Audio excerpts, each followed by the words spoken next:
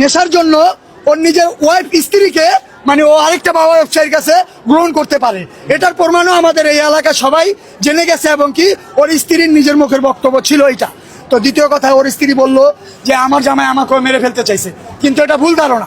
ওর জামাই ওকে মারতে চায়নি, বাচ্চাটাকে ডেকে নিছে একমাত্র তার স্ত্রী যদি ডাক না দিত বাচ্চাটা কখনো যেত না।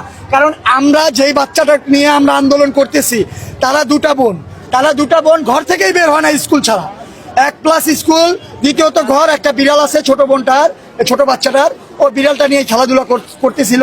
তখনই ওই মানে যে আসামিটা মারছে তার ওয়াইফ ওকে ডাক দিছে, বাবু এখানে ঘরে আসো। তো ঘরে যাওয়ার সাথে সাথেই ওই যে টান দিয়ে ঘরে ঢুকেছে না, ওই জুতা একটা আল্লাহর কি মেহেরবান বাইরে পড়ে গেছে, মানে আমরা পাবো বলে খুঁজে তার জন্য। হ্যাঁ, পিচাসটা যে মার্ডার করছে ওরে দেখলাম এই বাসা থেকে এই গ্যারেজে দৌড়াদৌড়ি করতেছে বারবার। কেন দৌড়াদৌড়ি করতেছে? ওর গ্যারেজ ও দৌড়াইতেই পারে, স্বাভাবিক। তারপর আমরা আসলাম, যেহেতু ওর সাথে কথাবার্তা বলি আমরা। আয়সা বললাম কি হয়েছে ভাই দৌড়াদৌড়ি? তো আয়সা দেখলাম সে এতটুকু একটা ছুরি গ্যান্ডিং মেশিন দিয়ে গ্যারেজের ভিতরে ঘষতেছে, মানে একদম চকচকে সাদা করে ফেলছে ছুরিটাকে, মানে এরকম পরিমাণে ধার দিছে মানে ওটা কার আঙ্গুলে লাগলো পড়ে যায়। তো যাই হয়েছে 9টা 7 মিনিটের ভিতরে সে কি করলো, গ্যারেজ থেকে এভাবে লুকায় কি জানি বাড়ির উপরে চলে গেল। তো চলে গেল, 9টা 10 বেজে গেল, 2-3 মিনিটের ভিতরে এই কাহিনীটা। 9টা 10 আমরা এখানে বসে রয়েছি, আমাদের মহাজন আসে না, গাড়ি কিভাবে নিব।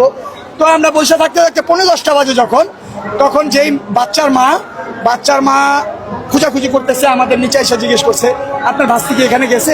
বললাম না আপা, ও তো নিচে নামে না, ও তো উপরেই থাকে। যেই জায়গায় মার্ডার করা হয়েছে বাচ্চাটাকে, পাশের ফ্লাইটে, ওই ফ্লাইটে বাচ্চাটাকে যখন না হয়েছে তখন একটা জুতা ভুলবশত আমাদের রিজিক, ওই বাচ্চাটার লাশ ছিল বিদায়, আমরা তার মা বাবা ছিলাম বিদায়, মানে হক হালালি, তার জন্য আমরা ওই জুতাটা মানে আল্লাহর উসিলায় বাইরে পড়ে গেছে। তো বাচ্চার মা খুঁজতে খুঁজতে দেখলো যে একটা জুতা ওই দুয়ারের বাইরে পড়ে রয়েছে। বাচ্চার মা ভাবলো পাশের ফ্লাইটে যেতেই পারে, স্কুলে যাবে না, তার জন্য বাহানা দিয়ে। তো ভাইয়া ও ফ্লাইটটার ভিতরে টোকাটুকি করছে, বাচ্চার মা প্রায় 20 মিনিট টোকাটুকি করার পরে কোনো সারা নাই, শব্দ নাই, ভিতর থেকে লাগানো।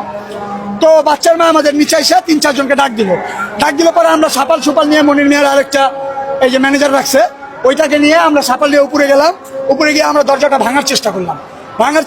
আমরা দরজাটা এক পর্যায়ে ভাঙতে পারলাম না, 2-3টা সিটকারি লাগানো ছিল।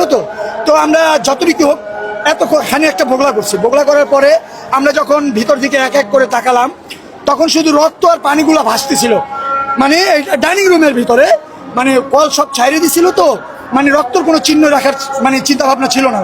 তো লাস্টে আমরা যখন ঢুকলাম, দরজাটা খোলার পরে তারও 7-8 মিনিট পরে খুলছে, আমরা ওখান থেকে গ্যান্ডিং এর আওয়াজ পেয়েছি রুমের ভিতর থেকে। গ্যান্ডিং এর আওয়াজটা এই কারণেই পেয়েছি, রুমের ভিতর অন্য কোনো কাজ হয় নাই, বলছে শুধু গ্রিলটা কেটে আসামিটা পলায় যাবে, তারপরে আসামির স্ত্রী গেটটা খুলবে। এই সে তাদের পরিকল্পনা। আর তাদের দ্বিতীয় পরিকল্পনা ছিল, গ্যারেজ থেকে তারা ব্যাটারির বাক্স নিয়ে গেছে 4টা। ব্যাটারির বাক্সতে আমাদের বাচ্চা তো ছোট, আমাদের 8 বছরের 7 বছরের রাইসা কত বড় হতে পারে, ছোট একটা বাচ্চা, তারে যদি 3 পিস করে ওই 3টা বাক্সর ভিতরে ভরে নিতে পারবে। সে কি করছে, আমাদের বাচ্চার মাথাটাই সমানে কেটে পানির ভিতরে না হলো 100 চুপ দিছে। কারণ এই কারণে চুপটা দিছে সে, যে আমাদের বাচ্চার রক্তটা মাথা থেকে যেটা ঝরতেছে, সেই রক্তটার চিহ্নটা বাক্সতে যদি নেয়, বাক্সতে ভিজে রক্তটা পড়বে এবং কি বাক্সটা ছিঁড়ে যাবে। তার জন্য সে অনেকবার মাথাটা ধুয়ে ওই মাথাটা আরেকটা বালতির ভিতরে নিয়ে রাখছে। আপনারা মিডিয়া ভাইরা হয়তো দেখছেন, রক্তটা একেবারে হালকা দেখা যাচ্ছে। হালকা দেখা যাওয়ার কারণ হলো ওই যে তাকে যে চুবাইছে মাথাটা রক্তটা পরিষ্কার করার জন্য, তো পরিষ্কার যতটুকু করতে পারছো তাড়াহুড়োর ভিতরে করছে।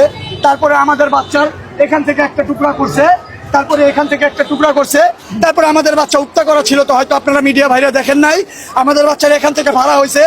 আরেকটা জঘন্য কাজ করা হয়েছে আমাদের বাচ্চার সাথে, এখানে যদি বলা হয় তাহলে আপনারা মিডিয়ারাও ভালো থাকবেন না পাবলিকের উত্তেজনায়, কিন্তু সেটা বললাম না আমরা। কিন্তু আমরা একটাই বিচার চাই প্রধানমন্ত্রীর কাছে, যদি ওর বিচারটাই আমরা 48 ঘন্টা আনলিমিটেড দিছিলাম, 24 ঘন্টা নিয়ে আসছি। এই 24 ঘন্টার ভিতরে আমাদের জনগণের সামনে